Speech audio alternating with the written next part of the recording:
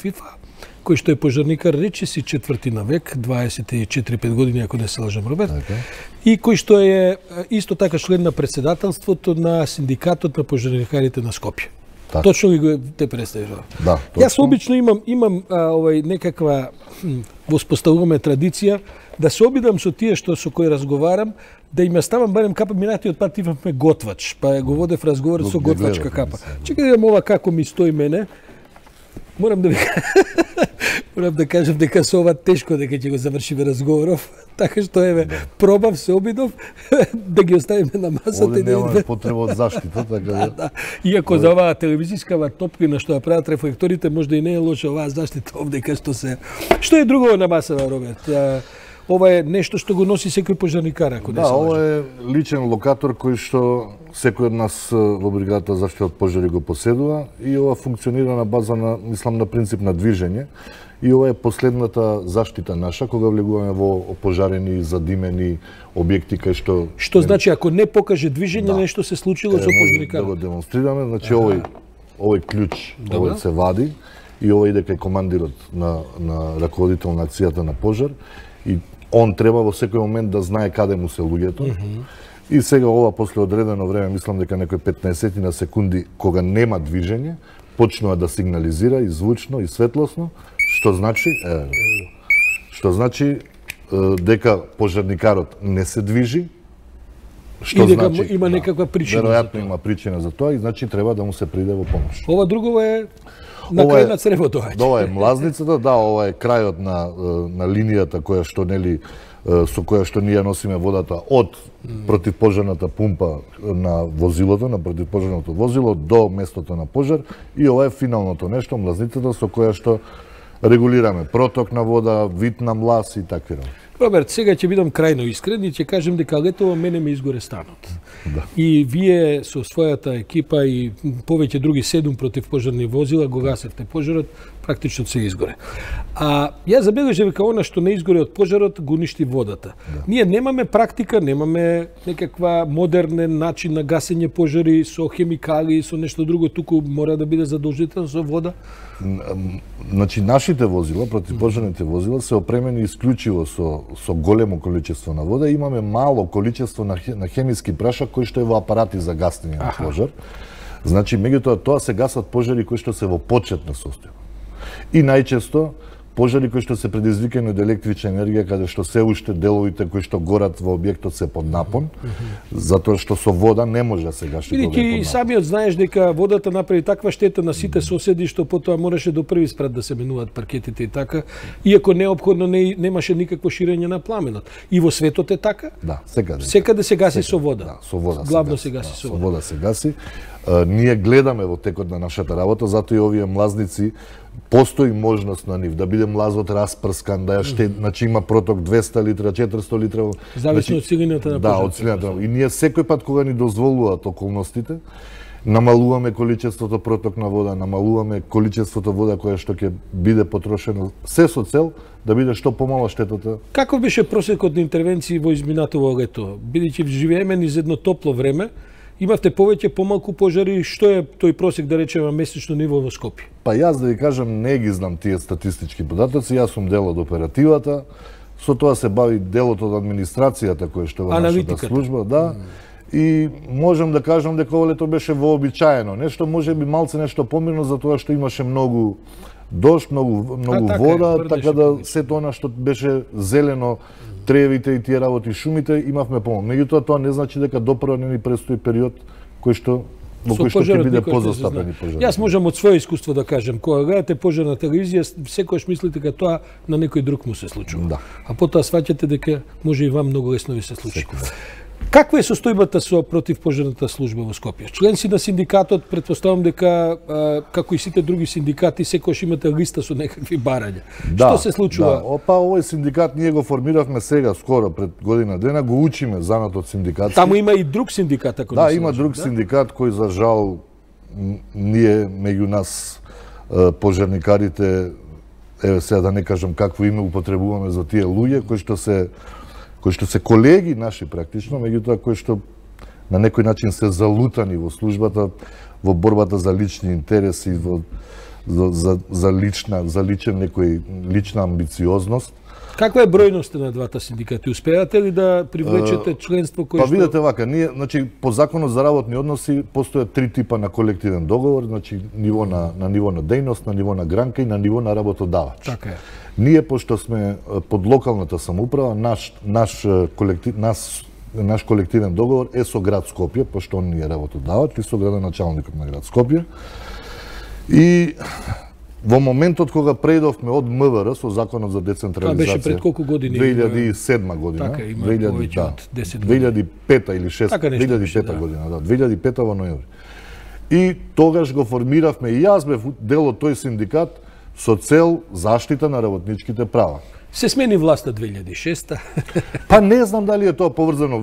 Власта има свој дел во урнисувањето на оваа служба. Најнапред сакам да кажам за тоа што сега скоро имавме состанок со новите градски власти, со градоначалникот со Петре Шилегов, да, со секретарот Викторија Аврамовска Мадич и со началникот кој што е ново именуван сега во секторот за заштита од пожари во градот Скопје.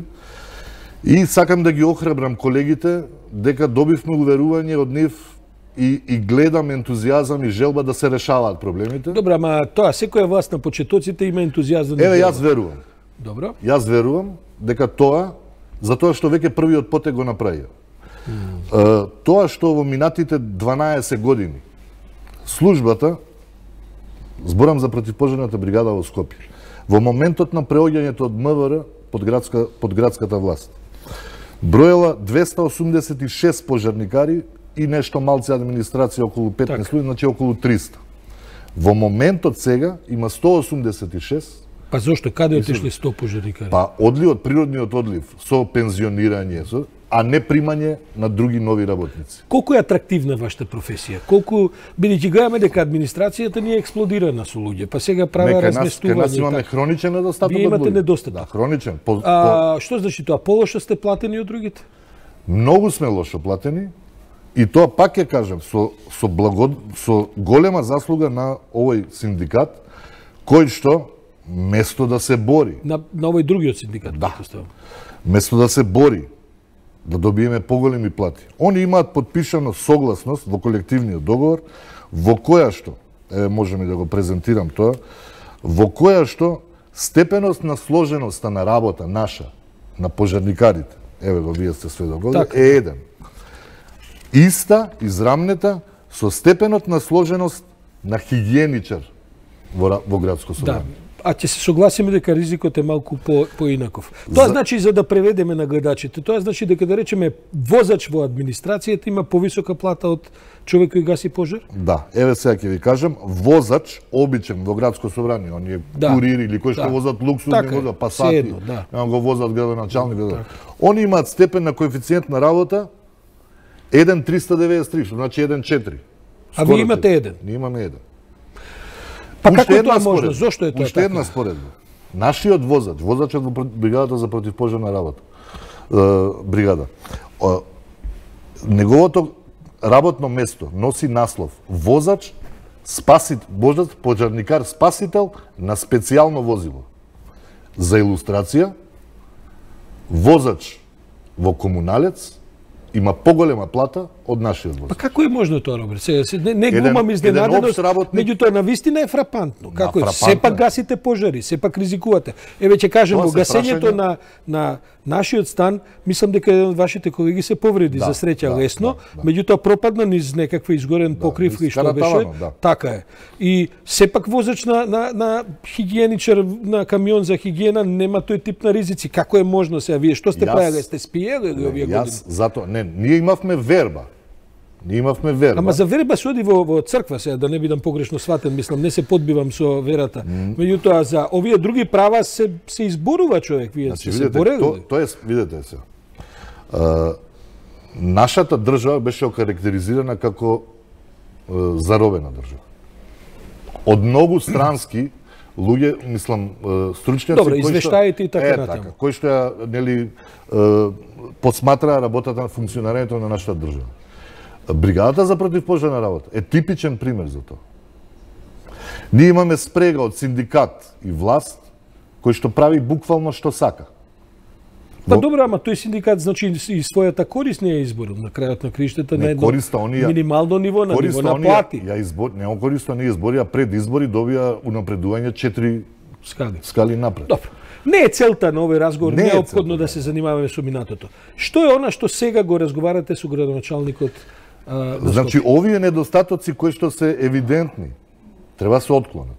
За да дојдеме до ситуација да имаме нормална противпожарна. Се согласува ли градоначалникот со овие констатации? И они се фрапирани. Како е можно ова? Како, значи, да се нема минимум општествена одговорност и од сите инволвирани во оваа струка. Значи, бројот на луѓе е на граница на функционирање. Вие сте 180, 190, неполно 200 луѓе сте. Во градот 500.000 луѓе. Од тие уште 10% се работоспособно ограничени.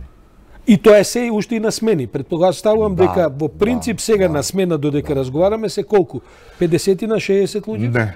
Многу помалку, околу 40, може да не ни 40, на цела територија на градот. Па чекайте, вие ако имате сега два паралелни пожари, сте во состојба да ги гасите двата? Видете, јас додека новинарите не вака како вас повикуваа луѓе од службата, него кога доаѓа и бара информации за функционирањето на службата, исклучиво од првиот човек, јас имам една анекдота, му на еден новинар, му реков, викам, го прашувам, викам, кога одите во затворите, за состојбата во затворите, го прашувате управникот или ги прашувате затворениците? Може би тоа бил новинар како што сум бил јас, на кој не му се запалил станот, па не знае што значи да се има добро опремена против пожарна служба. И ова е апел до сите и до јавноста, дека знаете како, навистина кога ќе ви се случи нешто за што предпоставувате дека општествената структура има обезбедено некаква систем за кој може да ве заштити, потоа се заинтересирувате. Јас морам да кажам дека навистина сум оригинално фрапиран. Мислам да во еден град од големина на Скопје, дури не ќе да ве прашам каква ви е состојбата со возилата, каква ви е состојбата со опремата. Како е состојбата? Ајде и тоа да ве прашам. Па е прво со вработените. Просечната старост е 47 години. 47 години? Да. Просечната старост на едно возило е 25 години. Добро, тие предпоставам немаат поминато стотици илјади километри, ама сепак и таа технологија од пред 20 години е друга. Не, тоа е далеку од тоа дека се во добра форма. Значи има неколку треба негде и брзо да се стигне. Да, има неколку возила кои што се тие први навални возила со кои што ние одиме на најчесто на интервенциите, меѓутоа тоа е многу малце и незадоволително за потребите. Имате ли опрема која овозможува гасење пожари на висина, која овозможува некаква фронтална брза интервенција? Некако резултат на набавка, него како резултат на донација. Така е, памтам дека германците нешто донираат. Тоа е нешто и тоа уште во времето на Трифун Костовски како градоначалник. Тоа е нешто што е веројатно со изминат рок и мислам, не сум сигурен, мислам дека се тие окарактеризирани како технички неисправни, меѓутоа ние ги користиме во не дај Боже. На собствен ризик. Да. Роберт, морам тука да завршам, бидејќи следуваат други содржини, но еве јас си земам за обврска овој разговор да го продолжиме во неделите и месеците што доаѓаат. Многу ќе ме интересира ова што ви ветувал градоначалникот како ќе се развива. Ве молам да бидам повикан на следната средба која ќе биде отворена за новинари. Бидејќи јас знам една работа, ако нема јавен притисок, политичарите се склони кон тоа да не испорачаат тоа што го ветуваат. А бидејќи се работи за служба која што е за сите нас, утре може и да градоначалникот и на лидерот на опозицијата да му се запали куќите или станот, не дај Боже. За среќа, во мојот случај тоа помина без жртви, меѓутоа само неколку дена потоа изгореа 3 деца во Велес и така натаму. Си земам за обврска да следам таа работа и си земам за обврска да ви одговорам кога ќе ми се јавите. Нема проблем, јас ви стојам на располагање со тоа што јас пак ќе кажам. Ја користам прилика да ги охрабрам колегите заради тоа што атмосферата во бригадата за заштита пожари од овој изминат период е убитачна во смисла уништен е системот за кариера. Знаете, они поставуваа луѓе кои што вчера дојдени во службата, ти го поставува да ти биде раководител. Бидејќи знам, немаме време. Имате ли сега притисоци од новата власт за луѓето кои што би се активирале, а се плашат од одредени притисоци? Не, се уште имаат притисоци овие членови кои што се таму членови. Добро. Они се уште, пазите сега, ние го тужиме град Скопје, сите 200 пожарникари го тужиме за неисплатени таму придонеси некои проценти во платата.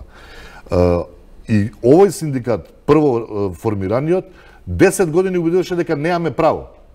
сега они се победниците, они го организирале ова тужењето. Благодарам многу. Драго ми беше, се надевам дека ќе се видиме и во наредниот период кога ќе разговараме за овие теми.